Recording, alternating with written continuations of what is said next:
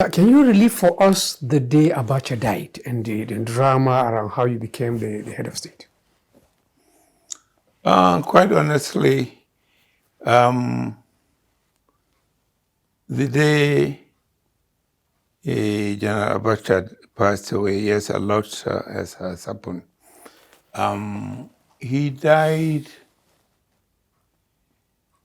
I think, the day he was to travel to Togo for the ECOWAS, I think ECOWAS or AU summit in Togo.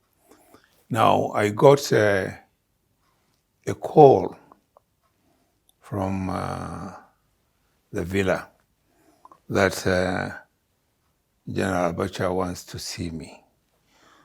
So immediately what came to my mind, I said, I hope he has not changed his mind about going to this Togo and he's going to send me. Because at that time, when he passed away, already I was de facto number 2 man. Because at that time, General Dia and others were having problem on this alleged coup.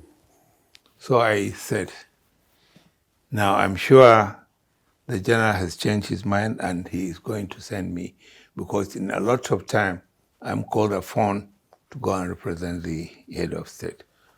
So I took my time when I went to the bathroom, and I told my wife, look, I think I might be going to this AU summit.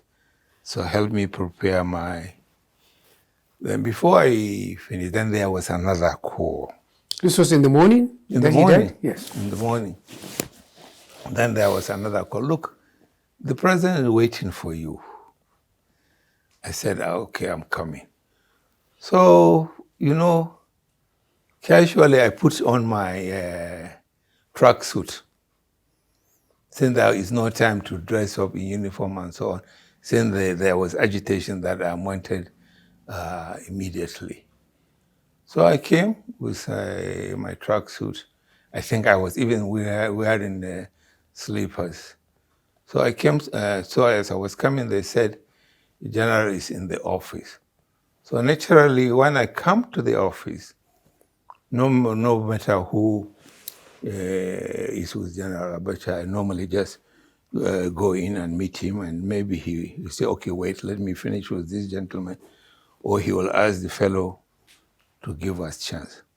To my surprise, when I came, as I was climbing the steps, somebody said, no, he said you have to wait in the waiting room. So to my surprise, I was in the waiting room for over 30, 40 minutes. Then I kept wondering, what is happening? Anytime I want to go up, they said, no, they said the general said I should wait. So after about 30 minutes to 40 minutes waiting, then late Ahmadu Kumasi, who was the Inspector General of... Ibrahim Kumasi, who was the Inspector General of Police, came to where I was sitting. He said, please come. So instead of going up to the office, we followed out. He said, no, we are going to the house. Then indeed he was in the process. He told me, look, unfortunately, General Abacha has passed out in the night. So that's how we went into the villa where General Abacha is living. And as we enter, they showed me on the right where his corpse was. So I entered and prayed for his soul and so on. Then we entered the parlor where I found some gentlemen, including, I think, Kumasi, of course, was there. Then the chief of the Chief Justice of the Federation, I think Ambassador Babagana Kingibe and one or two security operatives. I can't remember everybody. And that's how we met them. Was it clear this was just natural death? Because as you know, there is all sorts of speculation. Well, at that time, I was told he passed away and so on. At that time, all this speculation and so on and so forth did not arise until later on. All we are concerned was that, okay, the head of state has passed away. How do we now break the news to the country, and so on and so forth? So we were guided by the then Chief Justice of the Federation, saying that, look, yes, as much as there need to attend and to inform Nigerians about the passing away of the head of state, you cannot leave a vacuum. There must be a substantive head of state before you can go ahead with other things. So I think that set up the chain of events. So immediately, as the Chief of Defense Staff, then I quickly summoned for the Council of State meeting. Still in your tracksuit, or you had changed by then? I was still in my tracksuit because there was no time, because it was really a shocking and devastating period we found ourselves. So it was later then when we set up the meeting and so on, then I had to go home and really get properly dressed. And, so was there consensus or a tussle about who should become the head of state at that point? So now when I came back, fully dressed, by that time members of the military ruling council have started arriving. When we all assembled, then we went to the meeting. Of course, we have to break the news, although it has become a common knowledge between the members that His Excellency General Abacha has passed away. We have to tell the council his demise, and the advice given by the Chief Judge that before we do anything, there must be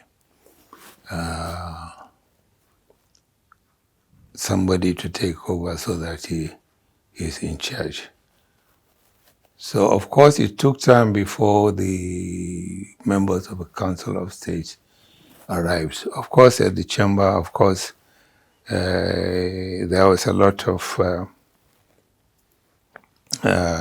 interaction.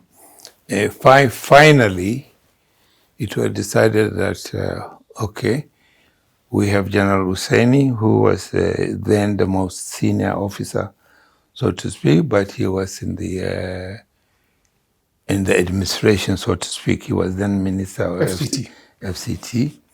And since I was the Chief of Defense Staff, so the issue was one of us should emerge as the head of state. There was a stalemate in the discussion. Somebody raised an issue, look, we should just tell the world, Abacha has passed away, and before it is too late, let's please go and bury the gentleman before we come back and sort ourselves. Meanwhile, since all this was going on, of course, it was decided by the family he was going to be buried in Kano. And while we are still talking, of course, in Kano, arrangements were being made for his burial. And I think this took us to night time, when we all then decided, okay, let's leave this and go and bury him and come back. And this is what happened. So we went to Kano and buried him and came back and resumed the issue of who takes over. Of course, I the Chief of Defense Staff was presiding on the meeting. So finally, after a vote and so on, the council member decided that I take over. So there was a vote? Yes, there was.